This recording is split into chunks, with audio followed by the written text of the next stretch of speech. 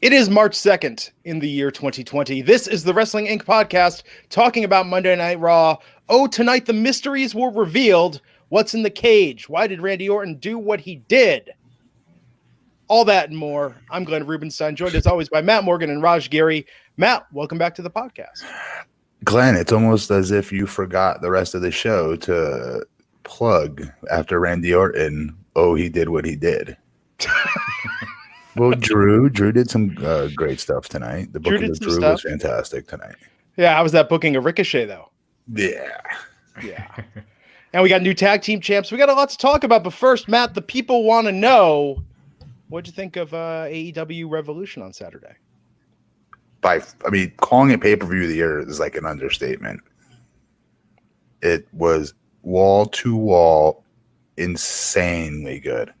I mean, wall to wall. I watched the thing 3 times. Wow. 3 times.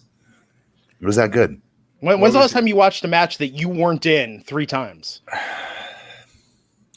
I think Brock versus Undertaker. And I think I just did that to see where I thought Undertaker got knocked out more than anything else. That's it. That's all I can think of. Wow. What match of yours? Oh, I'm sorry. I was going to say, what match was your favorite? Because you had Orange Cassidy, and then you had the Bucks. First, I was pissed the Bucks didn't win, but then I'm like, the crowd would have shit on them. In that environment, that's the best tag match, in my opinion. I've ever seen. Honestly, I loved the booking of Cody Rhodes. I loved that. I love the finish of it. MJF needed that win. People argue, well, Cody keeps losing the big one. He ain't going nowhere. He's the main draw of that company, and he can always get his heat back. Ironically, which usually reserved for heels to get their heat back after losses on promos, Cody's one of the very, very few, if not the only babyface I know of, that can immediately get his overness back, where people don't give a crap that he just lost, because of his excitement and his exuberance to wanting to do what he does in the ring with all his passion. But MJF needed to win that. So that was my favorite overall match, tied with the Young Bucks match. What do you think? Oh, sorry, go ahead. And then Orange Cassidy's like 1B. So I have a tie at 1A, and then like 1B is Orange Cassidy. I thought that Orange Cassidy match went as perfect as you could have it. Yes. For what it was. Yeah. Yes. People doubted me. But Matt, the real question that everyone wants to know, what do you think of Cody's neck tattoo? I thought it was painted on. I just thought it was like a gimmick he was doing for the night, and I found out like that was a real tattoo. I think that's I don't know why he would have done that. I don't know. And for the record, Brandy is not a fan, as she divulged in the scrum. Tony Khan was saying, Nick at the scrum asked Tony Khan about it, and he said that it's going to cause him, problems getting roles in Hollywood. Granted, you could put makeup on it, but if you're going in to read for a role, they're not going to, they might discount you right off the bat. So, I did bodybuilding shows in which I covered my back tattoo. It's pretty simple to do. It won't. I think it'll be fine. But still, it's a weird place to put it. And again, it's coming from a guy who had a flaming basketball on fire. So I really can't talk. What do you think of this idea? I threw this out on Twitter because you can see Arn Anderson and Cody. They're leading to some kind of split. Yeah. You have Cody fire Arn Anderson down the road, in a couple months. Arn gets his revenge by managing MJF, Wardlow, and the Revival. And you got like a new four horseman kind of stable. Yeah, that'd be fantastic. What if the turn is on Dynamite that Arn reveals himself as the villain and Cody says, "You talked me into getting this tattoo"? That's why they split up. It was a great pay-per-view. Insanely good pay-per-view. Oh my so God. Good. Every match on that was a 10 to me. I mean, so serious. Even Nyla? Yes. Although I felt bad for old girl screwing up her nip up, but she really caught it quick and was able to do a back roll out of it at least. Yes, because that's the most selling we've seen her do yet. Yeah, I'm a big Nyla fan though. Mm-hmm. I like Nyla too. I thought Chris looked very green. And she still is very green, but sky's gonna be the limit for her. She's got to stop that alien character though. Yeah, it's divisive. Not as divisive as actually, the tattoo's not as divisive. Most people hate the tattoo. The alien character is a little more 50-50. Anyhow, so we went from Revolution to Raw tonight. Opening up. And that goes to Antoine Fair. Thank you for the super chat saying yes. the best villains are the ones who think their cause is right. He is killing this promo best he has ever done. And we will Who's he get to talking about? Randy Orton. Oh, yeah. And I agree. Can we hold on to these before we? I know they disappear. So if you want to hijack the show, super chats everyone because we feel obligated. yeah, guys. Try to keep the super chat with the segment we're talking about, so that way we can keep on track. But we do appreciate it, and that's why Raj is a millionaire that should be a billionaire. What do you think about Brock Lesnar botching his WrestleMania shooting star press? Like, what the fuck? Stay with what we're talking about. Anyhow.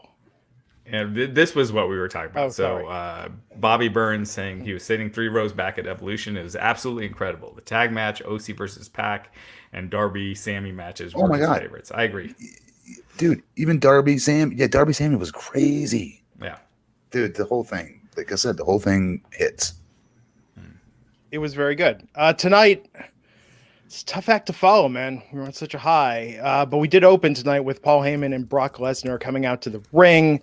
Heyman calling Drew a stupid big bitch that's going to get squashed. And then Drew came out.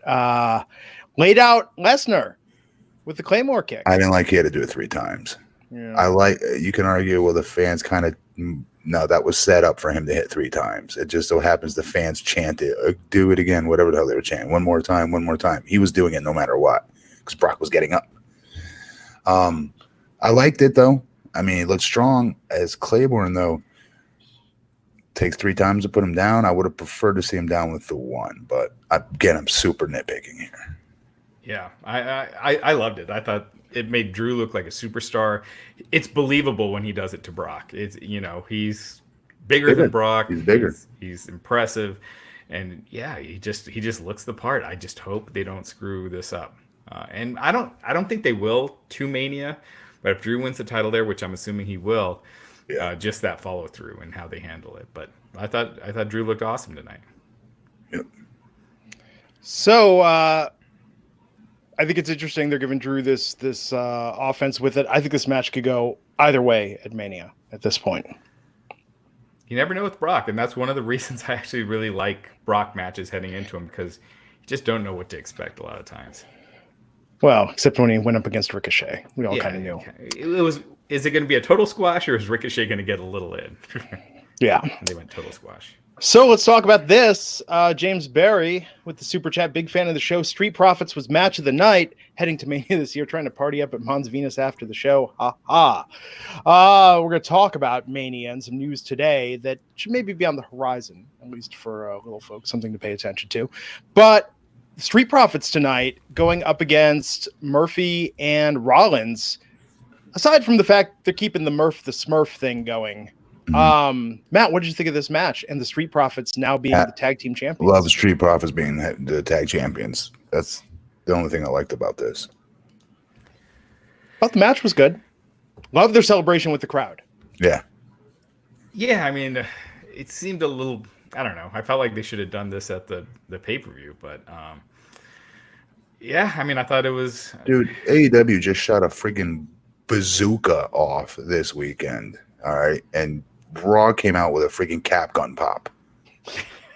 And that's with this stuff. That's with Drew looking like a beast on a main stage. That's with the Street Profits winning the tag titles.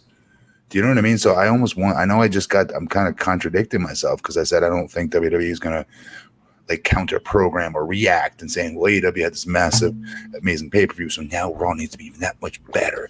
I don't think they think that way, but maybe that explains why there's a title switch on a random Raw. It's a feel-good moment. And Street Profits a month ago were doing those dumb weekend update skits.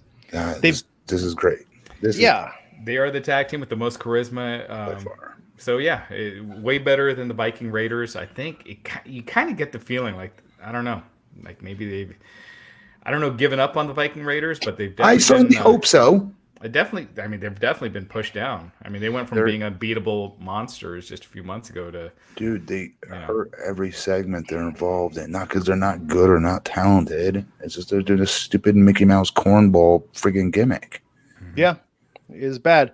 So before we talk about the next match, Jackson Callens with the super chat saying, sorry for breaking segments, apologizing to Raj, wishing me a happy birthday. It is indeed my birthday today. I'm 44 years old.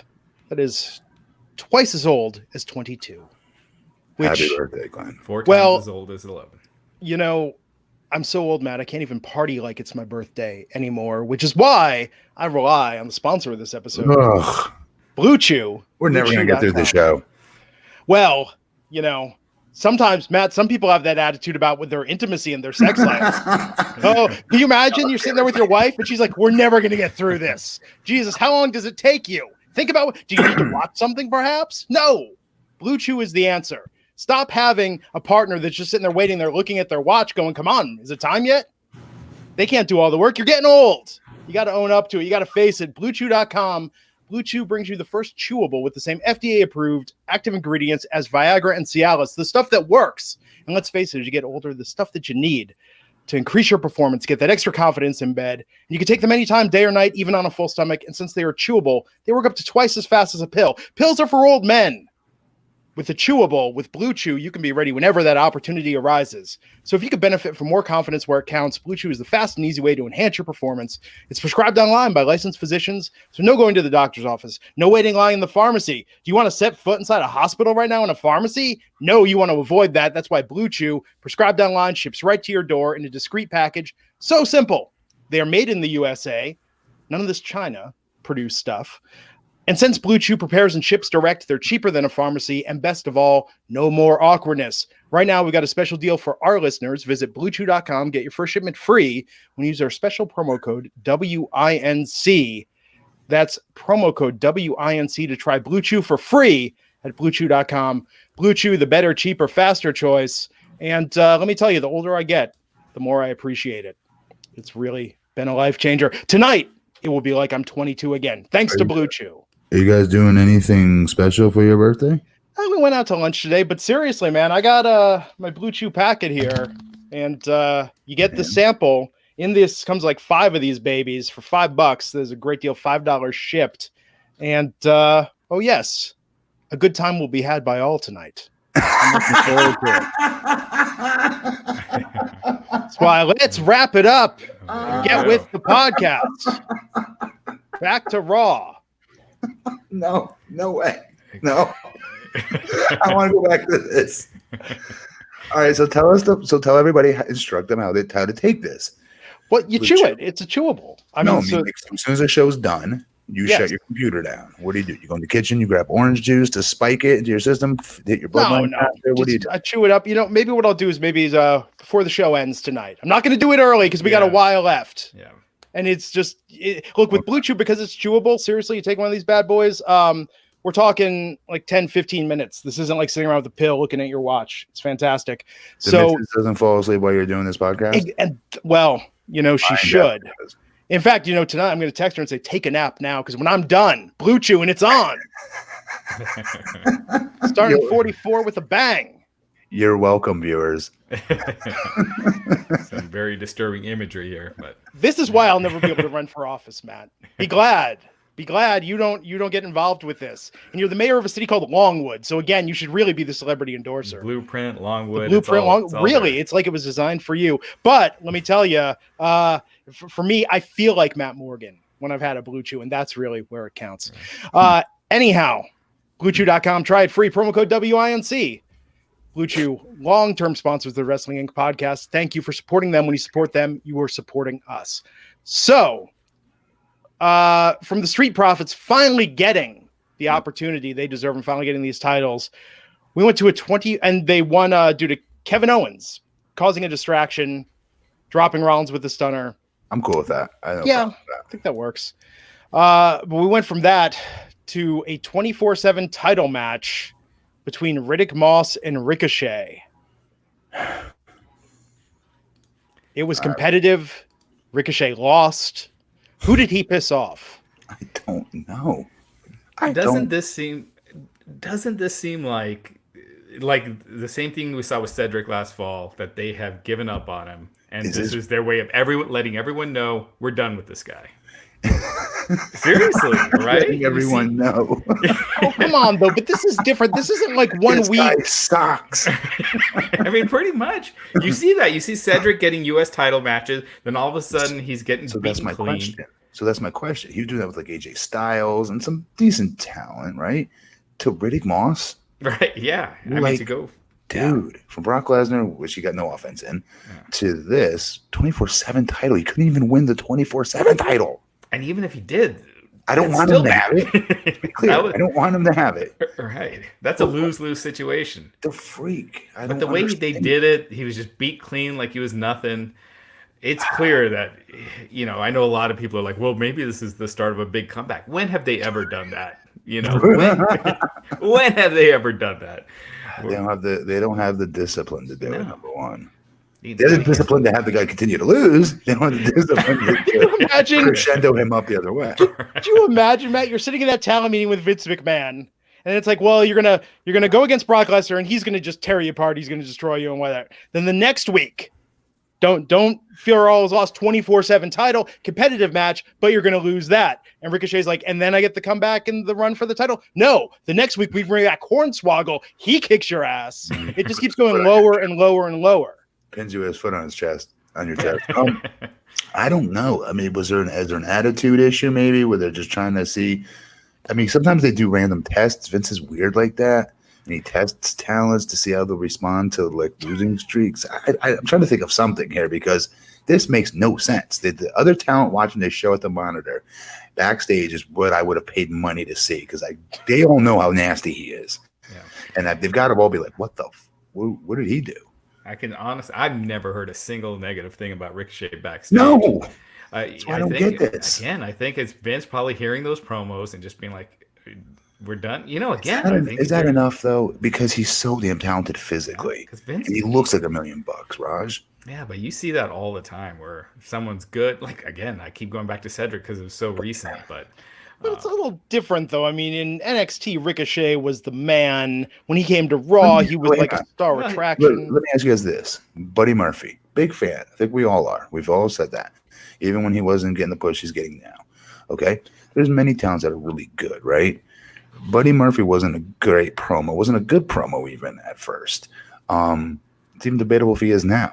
But he was never a good promo, and he was good in the ring. He put on good matches. Let me ask you a question. Is his matches he put on before he got this push anywhere near Ricochet's matches? No, but there wasn't as much of a teeter-totter. There wasn't as much of a disparity between Buddy Murphy's in-ring ability to mic ability. Yes, there's a chasm, but with Ricochet, in-ring ability, A+, so promo you should ability. Be punished because you're an A++ wrestler? It's tough. Daniel Bryan's promos weren't fantastic. They were terrible when he first came out in NXT. Ricochet's they were painstaking. Do you guys remember? We were all like rooting for him. We're like, oh, they weren't that bad. Yes, they were. But he was being treated like he was nothing too when he came out. Remember, he had the worst record on NXT, and it took him a while to, Yes. Something's there. It can't just be. I don't know what it is. Who knows? Maybe it is. Yeah, Peter Bahi saying only chance for Ricochet is the Prince Puma gimmick. That was actually a really cool gimmick. I heard that on another show. Keith Robinson, they're setting up that epic run for the 24/7 championship for Ricochet. That's his comeback story. Kevin Landry saying Ricochet needs to reinvent himself somehow. Why? You know what I was saying? Someone said on Twitter, someone suggested that they pair him with MVP. Put him in a. What am I missing? I think he's cool as hell. I think when he comes out, he looks cool. He looks like somebody that women want to be with, and dudes are like, "Holy shit, he's an amazing wrestler. He's the shit." Yeah. Yeah, but then his promos, man. Like, do you think any woman's going home from that building going, "Wow, if he was just a better promo"? Or the guys are. We are because we're nerds. We're being nerds about this. That's a big part of being a top star. Actually, it is. It definitely is. I'm not trying to act like it's not. But to be at this level, to be losing to this jobber. I'm saying MVP as his manager because MVP can talk. You don't have to give Ricochet that much. I think that could. Did Prince Puma never talk? No, Prince Puma didn't. No, he was under the hood. So he just never talked? Yeah. Okay. I'm pretty sure he didn't. I didn't watch all of Lucha Underground. Got to be wearing a damn mask, though. He looks like a movie star. Phil, thank you for the birthday wish. Also saying Ricochet should turn heel. He could be a cocky "I'm better than you" type. I agree. I think he could pull that off better than this awkward sincerity he has. You know what I'm still waiting for? And this would have been part of my blueprint character, FYI. Hitting obnoxiously athletic moves and then just walk around the ring sauntering and bragging. Like, did you just see that? When's the last time you seen a 7-foot man do a shooting star press? Answer, never. Meanwhile, my opponent's like getting up, pulling himself up the ropes. I turn around, start eating punches and shit. Donovan Dijakovic should do stuff like that. Yes, he needs something. He needs something. I see now why what's his name is much more over than him. I'm not saying to be a dick because I like him. Right, same. But I see why the other big man is way more ahead of him. The Shimmer is interesting comparison. I could see Ricochet doing a Rock-like character. Ooh, that's a yeah. He might as well try. He's got something. He's got to throw something out there. I don't get it. He's just so damn talented. I don't know. Somewhere Vince is trying to hunt down the machine that turned Steven Urkel into Stefan Urkel to see if that was real. But he can get Ricochet to go into that. Also researching the potion from the Nutty Professor films. No, I've said the Street Profits would be great for Ricochet. Anyone to be his mouthpiece. But the Street Profits especially, you put them in a feud with AJ in the club, that would be... I'd pay for that. I swear to God, I'd pay money for that match. Yeah, but what do you do after almost. that? Hopefully there's something enough's got on him. Enough good stuff has got on him there. Hopefully some of the stuff rubs off on him. I don't know. I think MVP is something you'd keep for a long time. Forever. Yeah. So this tonight, the crowd chanting at Riddick Moss, "Who are you?" That's your 24/7 champion who beat Ricochet, who was one of the fastest rising, came in one of the hottest debut runs for like a year on the main roster. Yes. Yeah. I mean, WWE right now, they just seem so disorganized. Like they had up until 2 weeks ago, they had a men's elimination chamber match that got dropped. There's no, now they have a tag team elimination match, but they got rid of the men's elimination chamber match. They had Lacey Evans talking about how she's going to win the women's elimination chamber match. She's not even in it. She's not in it? No. I thought there was a SmackDown women's. There is, but she's not in it. Right? Why? I don't think so. Hold on. Oh, please tell me she is. But Raj, with WWE, like we won't know the full card till the day of the pay-per-view, the way they've been doing this lately. Which is this Sunday. So that this organization, though, even if she's not announced yet and isn't announced until the day before, let's say, she shouldn't be talking about it, is what he's saying, too. That's this right, yeah, exactly.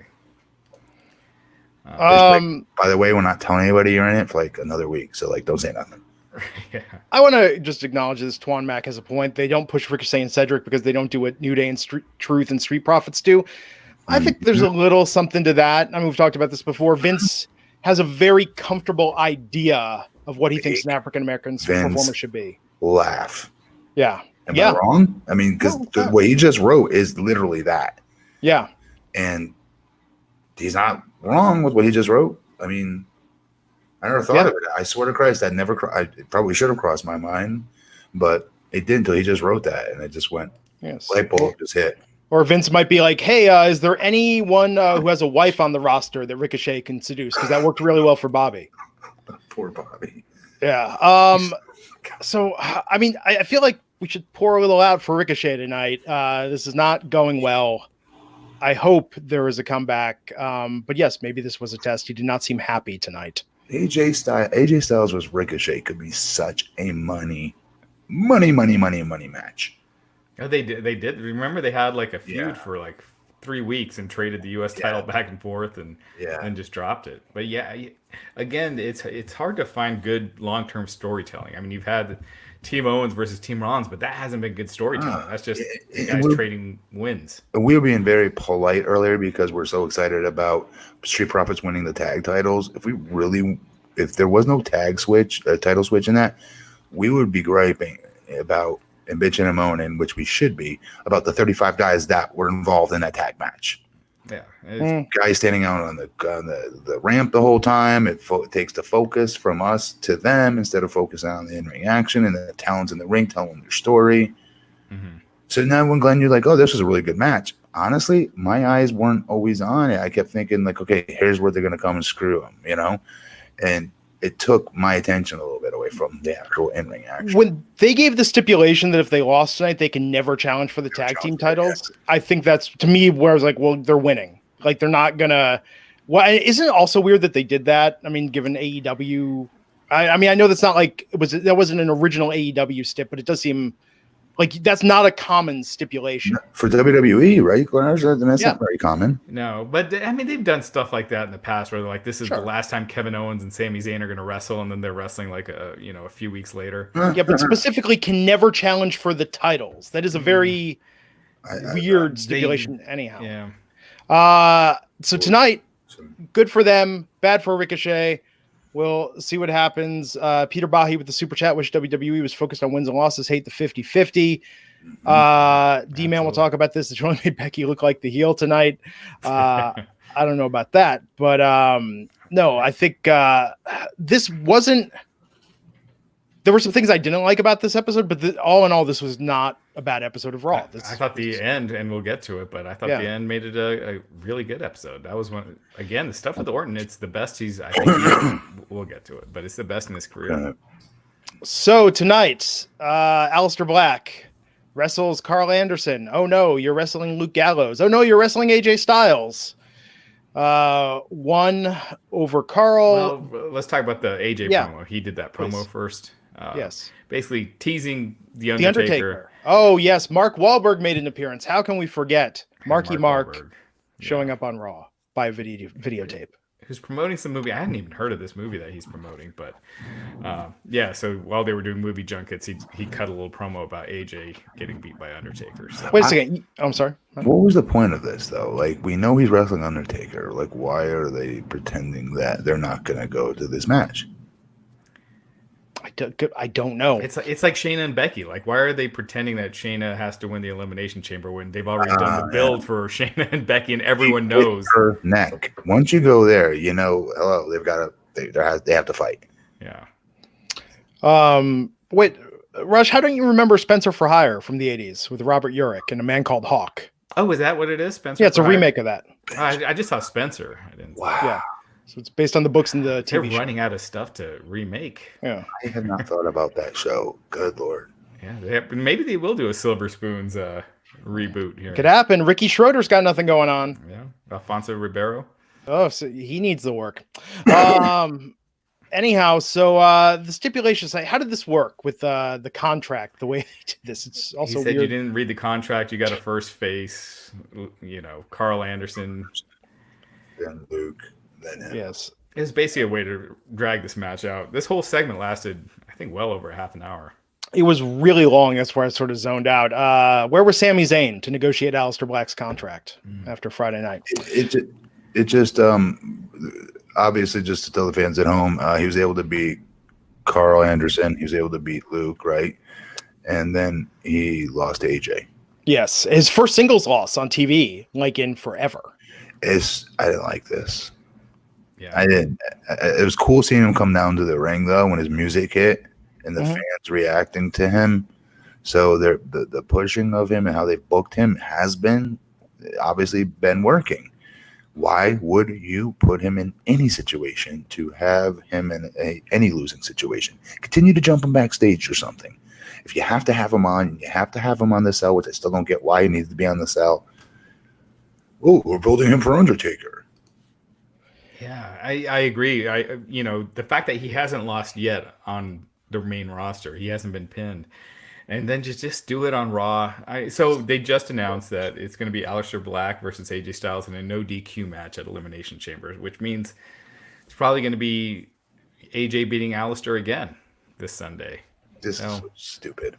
Yeah, there's so many guys you can beat right now. Keep him away from AJ till AJ's done with Undertaker. Exactly. Yeah, Alistair. When you've gone that long without beating him, why just do it like this?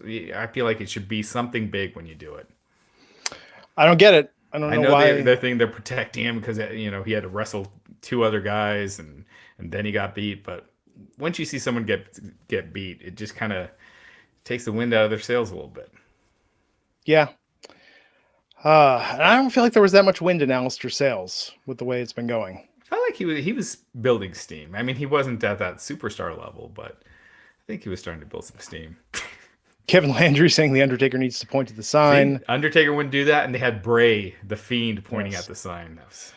Justin saying AJ and Alistair could be big money if done right. Yeah, I think that if done right is if very done right key. is where it all falls apart, right? Yeah.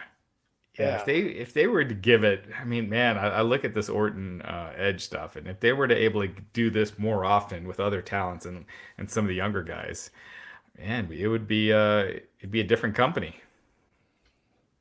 It's very strange. Mm-hmm.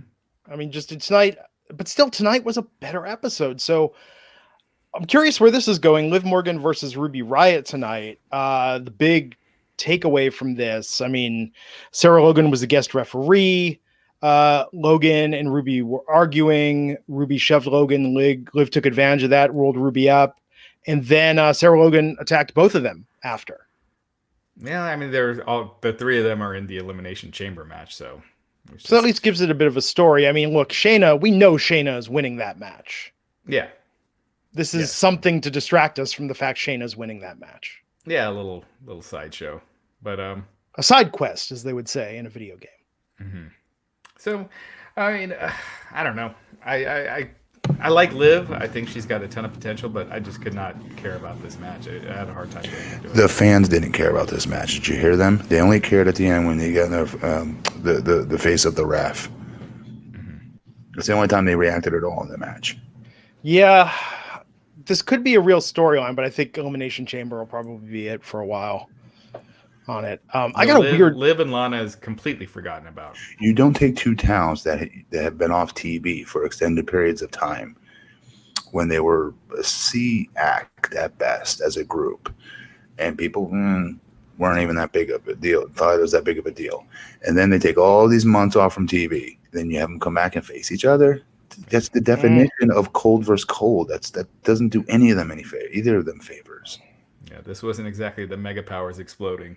It was no, it was, wait a minute, who are these two? They tagged when? Right. Oh, that's right. That's right. I remember. Yeah, it hasn't been front of mind, as it were. Right. D-Man, just while we get a little sidetracked, but D-Man's asking, what do you think of Cole versus Dream at WrestleMania? I'll buy crazy stock in that. Well, they're supposedly not doing any more NXT matches at WrestleMania, so it would be a takeover.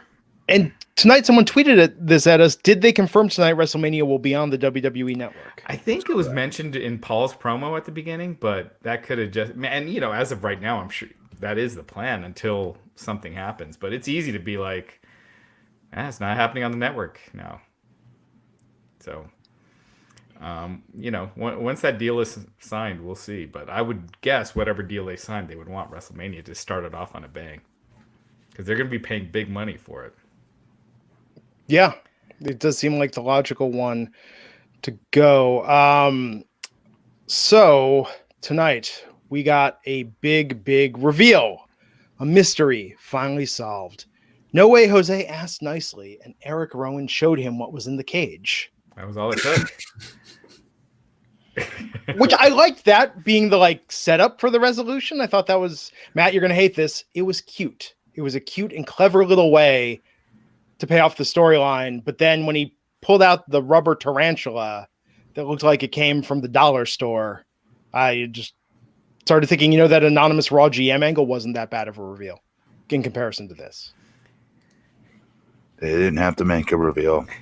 They didn't have to do it. When your reveal is in a backstage segment with No Way Jose, that's that just yes, No Way Jose everything getting you need to know. Matt Velasquez saying, how's No Way Jose getting more screen time than EC3? Isn't EC3 injured?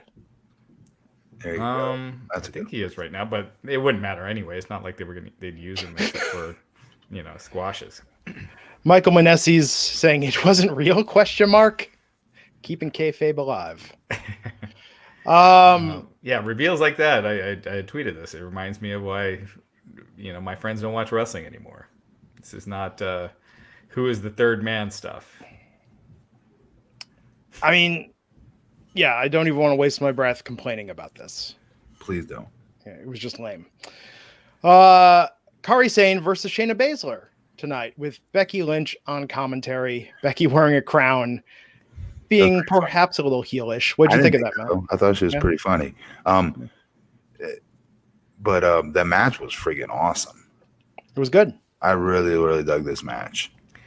Yeah, some people were saying because Becky came out, she was wearing this robe, kind of Conor McGregor-ish, these sunglasses. Yeah. Some people were pointing out that it kind of seemed like they're doing the Rocky 3 storyline, where the champ is kind of cocky and kind of protected, and then you got the hungry challenger where Shayna Baszler's like Clubber Lang. If they are doing that, they need to be careful because Becky organically got over. Mm-hmm. The worst thing you can do when somebody organically gets over as a baby face is give them a reason not to cheer for you anymore. It's like the worst you can do because they feel like they made her. Yeah. Tammy's saying Becky's annoying now. I am seeing a lot of people saying that. Yeah, that it's a little. What's crazy is in real life, that girl, she's so humble. It's not even funny. Which kind of tells you she's playing this character well. Yeah, like I'm telling you, she's so humble. But Shayna will never be the baby face in any match. No, that's why there's no payoff to it. Like, I don't get why they would even bother doing this with her. Because, again, people pay money to go cheer Becky Lynch. Buy her T-shirt, the whole nine. She's got it made. She's done the hardest part of climbing Mount Everest. You have Shayna destroy Becky, and then Becky turns to Charlotte to get the Eye of the Tiger back, and Charlotte trains Becky. See, King Kia, the loss is saying it's more like Creed and Drago in Rocky 4. Maybe Shayna just comes out and decimates her. Oof. I don't know. But why Rocky 3? It's the second worst Rocky film. What? Rocky 3 was awesome. No, he got too fat. He became a fat cat. Don't you remember? Yes, it's the second worst robot in the. Okay, rank. That's 4. Rocky 4 was there with the robot. Rocky 3 was with Hulk Hogan and Mr. T. I'm just saying, of the films, okay, I mean, how would you rank the Rocky movies? I would almost say Rocky 2, Rocky 1, Rocky Balboa, Rocky 4, Rocky 3, Rocky 5. For me, it's Rocky 4, Drago. Is the best or worse? My favorite. Yeah, see, I love Rocky 4 too. The soundtrack was insanely good. I thought 1 through 4 were great. I didn't hate 5 as much as everyone else did. And then I liked 6 and all the rest were great. Tommy Duke Morrison, I thought was going to be the real deal. Yeah, and I love that storyline. I thought that'd be a great wrestling storyline where he trains the student turns on him. I think if you did it right, it could be huge. Yeah. Rocky Balboa is probably one of my favorite films of the last 20 years. It was awesome. So good. Much better than it had any reason to. But no, I think you're right, though. There are things they could draw from this, because how do you tell a compelling story when someone is the champion? It's the biggest challenge in all of wrestling, right? You've come to the top of the mountain. What do you do from there? Yeah. Well, a girl bit you in the neck. So for starters, you should be pissed off. Yeah. You shouldn't be, Shouldn't be wearing a crown. That should be enough to be livid. And security needs, but see, they've done that so many times with her, where she does get livid, does get pissed. Drives off in an ambulance, takes security to hold her back. They've done that with her ad nauseum. So is it true, Becky? I don't think she needed to be on the show tonight, quite frankly. Yeah. I think it should have just been a showcase to continue to build this I don't want to call her young up and coming heel, but this new to the Raw audience heel as dominant for a while until Becky comes back on. Freddie saying the Rocky 4 soundtrack is great in the gym. He is right. Yes, it is. I used to listen to that all the time. Big Frank Stallone fan. All the songs he got in the Rocky soundtracks. Rocky 3 was mostly Survivor. Yeah, true. I mean, Rocky Hearts 4 on Fire. Survivor. Yeah. Yes. Frank Stallone, when I was a child, remember Staying Alive, the sequel to Saturday Night Fever? Yeah. Frank Stallone had that Far From Over song. That song's badass. You know it if you heard it. Staple of my youth. Anyhow, enough about Frank Stallone. We're the only people on a podcast to mention Frank Stallone in the year 2020. But with Becky, is it true she's taking time off, as the chat room is saying, after Mania? I doubt it. Good for her if she does. Yeah, she does. She's got it that way. That'd be great. Good on her. Yeah, and that I could see that, right? Shayna gets the upper hand, destroys her. That'd be a great if she is. That's a great way to do it. Yeah, and SummerSlam's the rematch. Do like a Brock Lesnar John Cena thing where Lesnar just destroyed Cena and it was just uncomfortable, and it wasn't like the Ricochet squash, but it was like a brutal one-sided match that was still really entertaining. What? How can you even put that on? Well, I think there's an argument that Over the Top is better than at least one of the Rocky films. There's no at least one. It's better than at least one of the Rocky films. Over the Top, to be clear. Same Loved here. it. Meet Okay? me I also halfway. loved Rambo too. It's still not better than Rocky. No. Jeez. Agree to disagree. We can't even do that. No. Rocky is the most pervert. I'm saying good one of the guy, Rocky films. Up from nothing, good guy stories of all time, of any movie genre. That's what it's viewed as. Yes, I agree. But I'm saying I'd rather watch Over the Top right now than Rocky 5. If I could. Want to know why? Because one is so amazingly good that it's on every damn cable channel known to man and overplayed and oversaturated. I've seen 1 and 2 a million times. Over the Top you want to see because you haven't seen it in a while. It's true. Yeah. It's true. All right. Anyhow, so much to unpack. John Grizzly Adams, remember him? Wait, he was the guy with like the rolls of neck fat that he. The camouflage tank top. Oh, okay, yeah. Yes, there were a lot of arm wrestling. Why wasn't arm wrestling more of a big thing? Scott Norton was in that. Yeah, Was he really? Yes.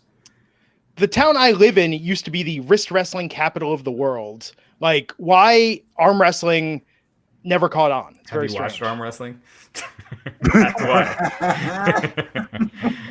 I just always thought, growing up watching movies and TV, didn't you think at some point you were going to have to arm wrestle for something important or meaningful in your life? Like that would be a pivotal moment. No. Really? Didn't grow up. I have a list of things as a child I thought I would encounter in adulthood. Like I thought I would have to jump my car Dukes of Hazzard style at some point in my life. I thought I would have to go undercover at some point. And more, wouldn't be afraid of being found out I was undercover. I'd be afraid of falling in love with somebody. And then when they found out I was undercover, having to say everything else was a lie, but you and me are real, baby. I meant every word of that. These are the things that I was nervous about as a kid. That's what I thought adulthood was going to be.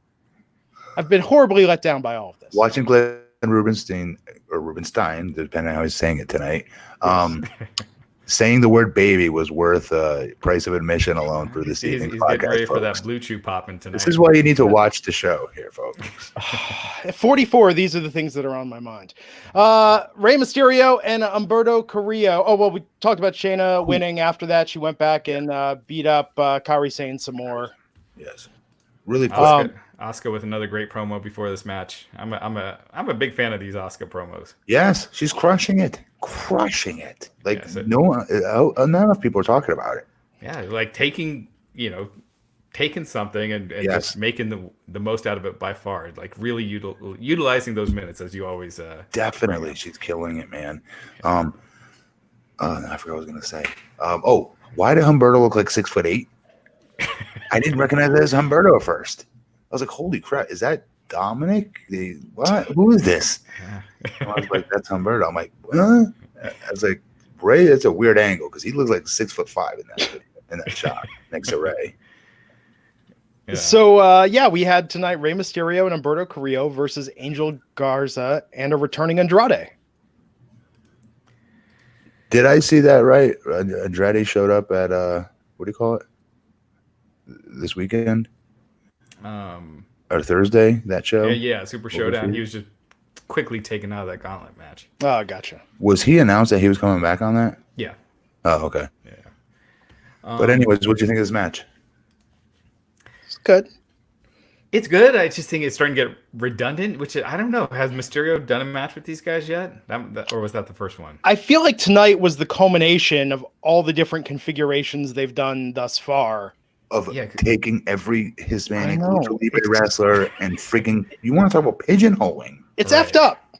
In the year 2020, like you got Rey Mysterio. You can be spreading them onto other matches. Like me, I would have killed to have worked a guy that knows lucha libre to make my matches a little more exciting, to create action and create movement for me.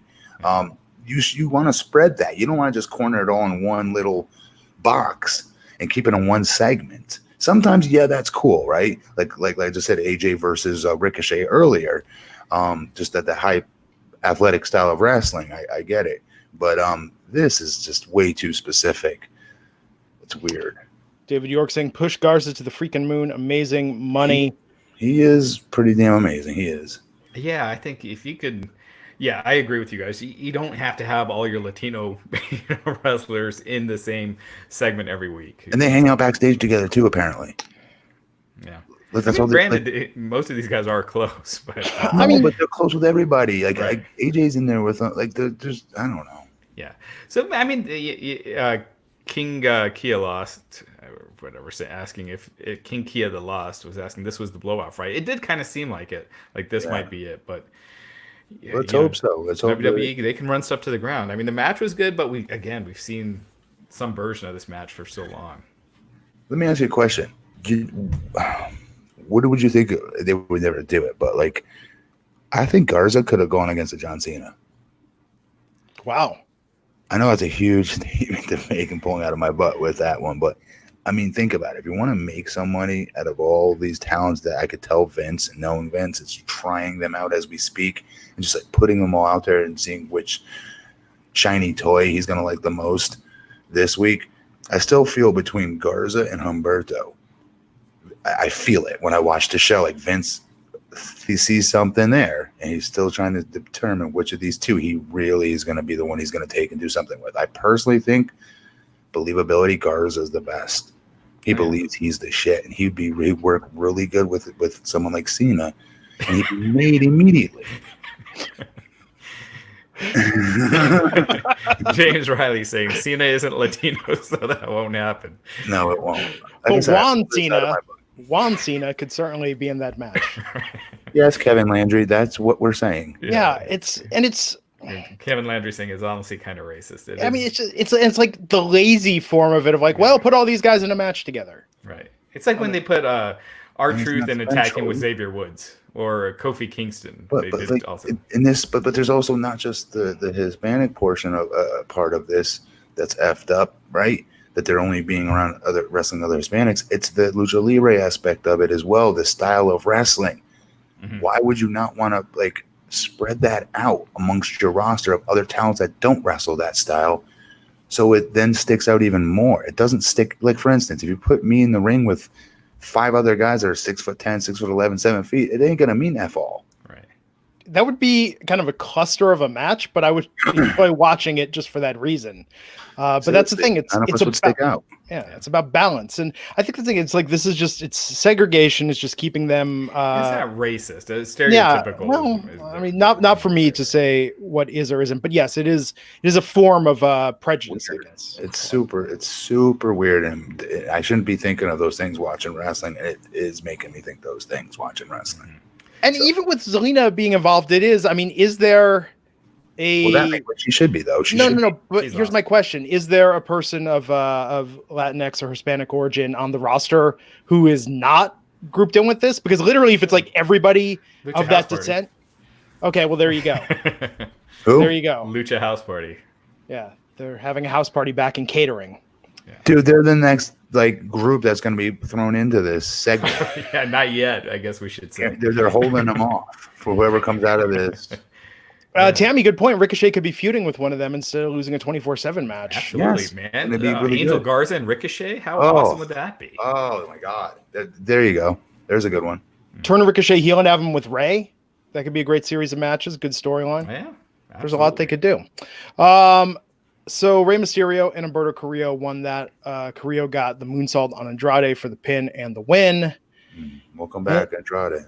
Yes, and then Beth Phoenix coming out to the ring. Mm-hmm.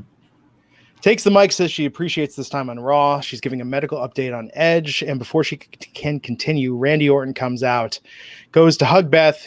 She backs away. Orton offers his hand for a shake. She stares him down. Beth calls him a son of a bitch. She says she wouldn't hug him or shake his hand after what he did to her husband. And yeah, she says, she's here as a wife. She needs her husband. She's here as a mother because her kids need their father. She goes on. Orton steps down to the mat, sizes her up. And then Orton admits he owes her an explanation. Says he recalls this long story. This like actually, 10 minutes. Yeah, I mean, if this couldn't have been scripted, but regardless, credit to Randy Orton. I know he does not have the reputation as being like Mr. 110%. But Matt, what's the longest promo you ever had to do with him? Was it anywhere near this? 20. A 20-minute promo? Wow. Where you're just talking and not going back and forth? No, including going back and forth. Oh yeah. Like just he was like straight talking, doing a soliloquy, basically. Yeah.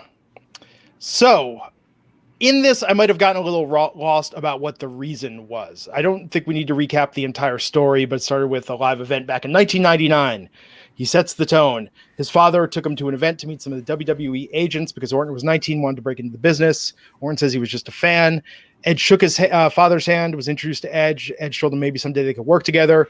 Talks about working against them. I'll just break it down. Yes. He basically talks about how close him and Edge got, how he considers Edge to be like a brother. And then when he saw Edge coming back at the Royal Rumble, he thought it was a one-off. And then when Edge came out the next night, he knew that Edge is trying to come back to wrestle. And so he wanted to take him out because he knew someone else would step up and do it. And he cares about Edge like a brother, doesn't want to see him re-injured. So he took him out, doing what's best for him and keeping him out of the square circle. And called Beth an enabler. Yeah. He Interesting. You got to admit, this was an interesting take that I would not have predicted. Yeah, I thought it was great. This was the first explanation that they've given in forever that I can think of. Forget just that, but that actually exceeded what I told you guys a while back, that it might just be better off. Don't tell us. Let us all have our own thoughts as to why he did what he did. You can't go wrong with that. We all have our own creativity on what we come up with our heads on why Randy did what he did. He just doesn't ever have to explain it. Yeah, might be better off. Right. No, we wouldn't be better off because this none of us would have thought of. Mm-hmm. Said, this was really good. Yeah. Said he attacked Edge, KMU 94. He attacked Edge because he didn't want someone else to attack him worse. Or get hurt worse. But yeah, it's one of those, your friend trying to step in and do what's best for you, but doing it in a totally jacked up way. No, that's what makes sense, though. Like somebody said it early on when we started the podcast. That's what's great about this. He has legitimacy to that. Like, that's his own, and his own effed up world. He thinks he's right. Right. When you have a heel that does that, it's money. Yeah, because he can't talk Edge out of not coming back. So this was the only way he can stop him. I really, really liked this. I thought it was great. Me too. It's inventive. I don't know if it's realistic, but for storytelling purposes, it works. It's like in a movie. Randy's effed up. He's so screwed up in his head. It's totally something that's par for the course for this nut job. Well, it's like in the movies, your friend's going to commit a crime and you rat him out to the police so he gets busted the first time because if he keeps going and gets away with it, the stakes will get higher, the punishments will get worse. Yeah, there is a weird sort of logic in that. No, it totally makes sense. And to the little bit of us that like, he's full of shit. Come on. Yes. Mm-hmm. But he doesn't. Did you see what I'm saying? That's what makes that. Therein lies the heat. Mm-hmm. Yeah. And Beth slapped him. Yeah, some of the crowd was chanting RKO before she slapped him. I mean, these fans are starting to really piss me off with that stuff, man. They did it to Matt Hardy last time. What is wrong with you people? We're putting Randy over. We're loving his storyline for the first time in a while, right? I get it. I'm with you guys. But you don't want. These are talents that they're bringing back. They haven't been back in a while. They love what they do. It almost sounded to me like the crowd, the guys that were chanting it, were doing it in a cutesy way, not thinking he was really going to do it. Because when he did it, it seemed like it was total shock. It didn't seem like a portion of the fans were cheering. That coming. Come on. You didn't think he was eating an RKO tonight? As soon as I heard she was making an announcement and she was in the ring, I'm like, oh boy. Yeah. Yes. She's eating an RKO tonight. So Orton called her a bitch. Beth kicked him in the gut, and he hit her back with an RKO right in the middle of the ring. Yeah. Here's the thing, folks. If you go and see Leonard Skinner in concert, you don't need to yell for them to play Freebird. They're going to play Freebird. Yeah. Randy Orton will always do the RKO. You don't need to chant for it. And yeah, P.S. He's also the bad guy. Yes. And you have fan favorites like for years that were some of your favorites. Why would you want to like crap? Like I go back to Matt Hardy again. Why, he may not come back to WWE. He's done. Why would you want to crap on him? I don't get it. Yeah. And I also think because we're cheering for the bad guy. Isn't it so edgy? We're chanting for the bad guy. Are we cool? No, we are not. 1998 called and they want their shit back. It was cool then. Yeah. Yes. So there you have it. This was an all right episode of Raw. There were some things I didn't like, but overall, I was sports entertained. Strong opening, strong finish. We gotta give them credit on that. That was a very good bookended show. I thought. Very good bookended show. I thought that the ending segment, these Randy Orton segments, are the best segments of the year on WWE television. So stuff with Matt Hardy, stuff with Edge, and then this tonight. That's good praise. That's high praise. That's awesome. Yeah, and I think this is Randy's best work that he's done. Yeah. Oh yes. So he went in and out in the stuff with AJ. He was Yeah. going in and out. He was feeling that. I know he was. Yeah. But he didn't get as much layers to that storyline like this one. Yeah.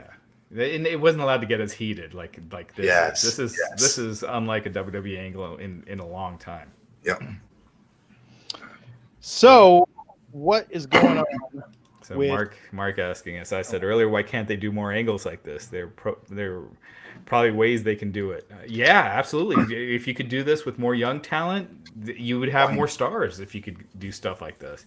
Not Lashley, Lana, or if you did something like that, make it heated, make it. I was going to say, yeah, they could with Lashley and Lana. They totally could have. They go in Yeah. a different direction, right? Yeah, absolutely. If have they made it these stupid dark and I don't know, violent and I don't know, just more hard hitting, I guess. Of Rusev coming, but that's half the problem, right? Are they going to re-sign Rusev? Are they not? Do they know whether to invest in him or not? Then if you don't know, then you don't do the storyline. Right. If you're going to go to storyline, you got to go all the way in, and you got to have Rusev beat the snot out of Bobby. Yeah. Like it's just a vicious attack, not in the ring. I mean, somewhere just where it's just vicious looking and real looking. Yeah. Because when we get that opportunity to see those real emotions on these characters' faces and their body language, and it sucks us all in. Mm-hmm. And we didn't get that with that stuff with Bobby and Lana and Rusev. I felt every once in a while we did, but Matt, they put him through the back of the stage. Don't you remember? That was pretty cool. It was a little too gimmicky, a little too set up, but something raw, like what this is with Randy. Yeah. Absolutely. Yeah. So, yes, Neo Akira pointing it out, $2 super chat, a Raw you actually liked. I think this is the first time we've been unanimous on an episode of Raw in quite some time. So far this year, I think I've liked more Raws than disliked.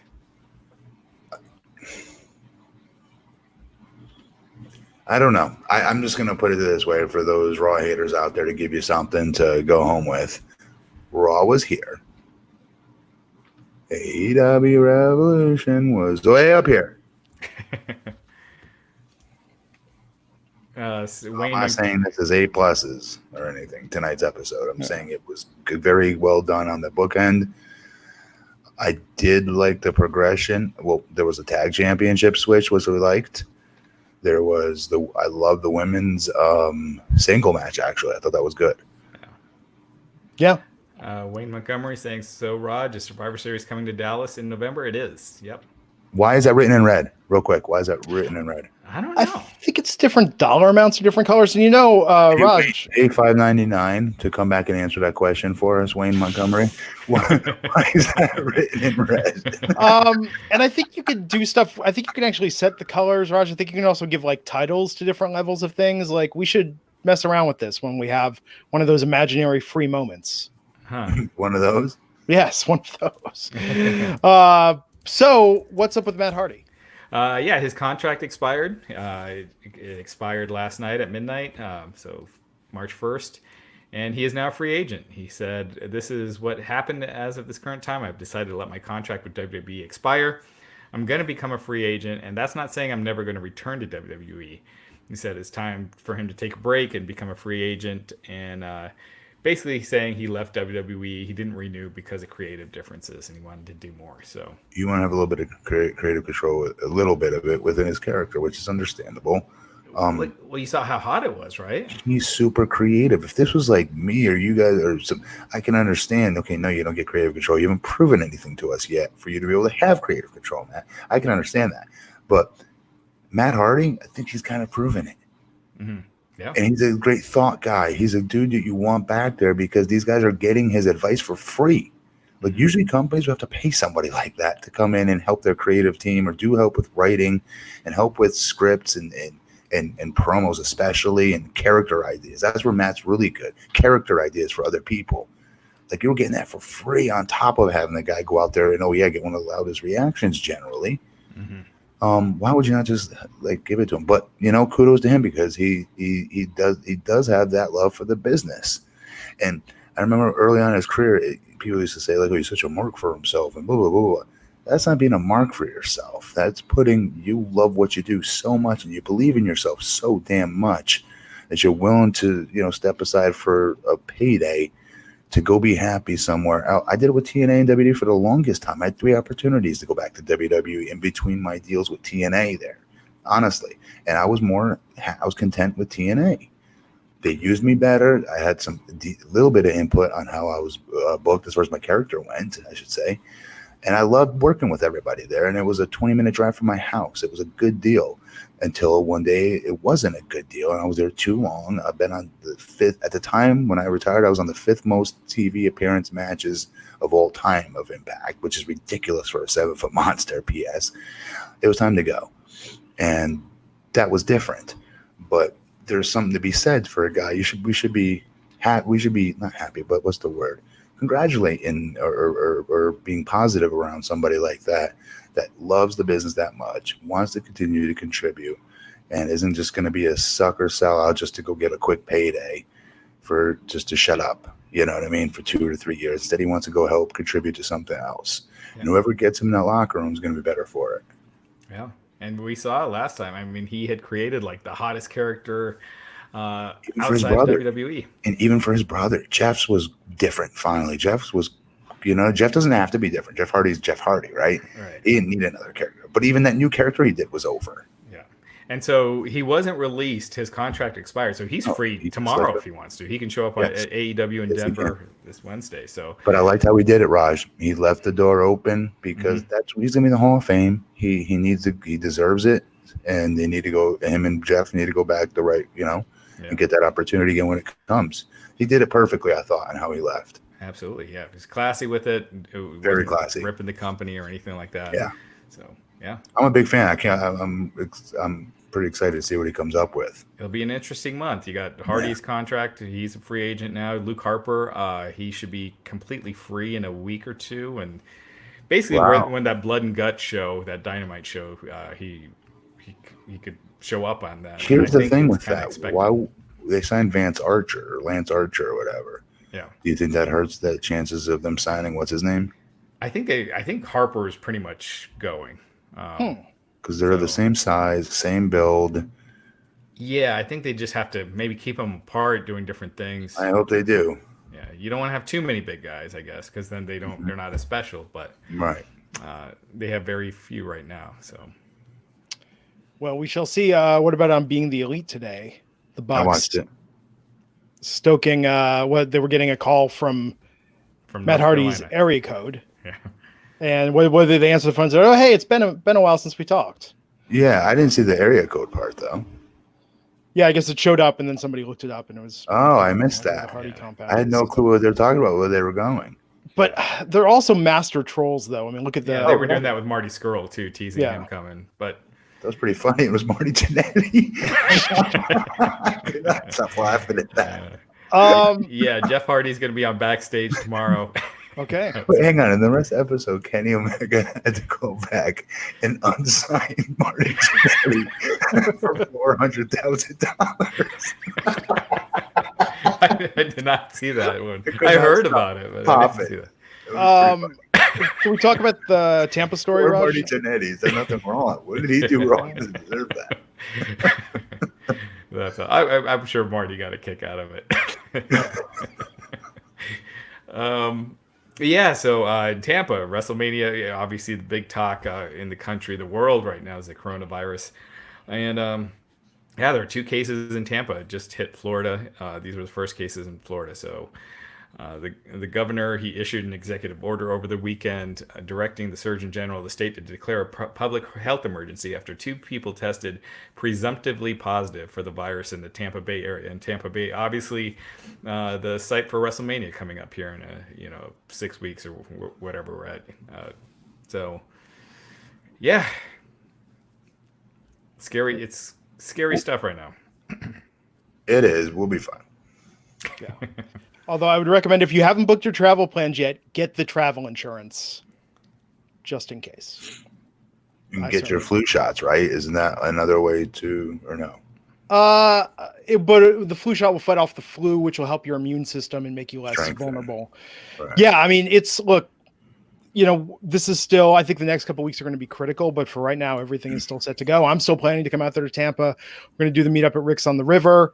Matt, I got tickets. Josh still was talking my language, but go ahead. What? No, Beth and I was agree. Pointing out it's only a 2% fatality rate, so yes. I mean, let's not get into the whole thing, but yes, wash your hands. But if you didn't hear that part on the news, you would think that you get it, you die. It's that is definitely not the case. Yes, but you can get it and make a recovery. People have recovered, but I think what's freaking people out is people who have had unknown contact or getting it and passing it without even knowing they have it.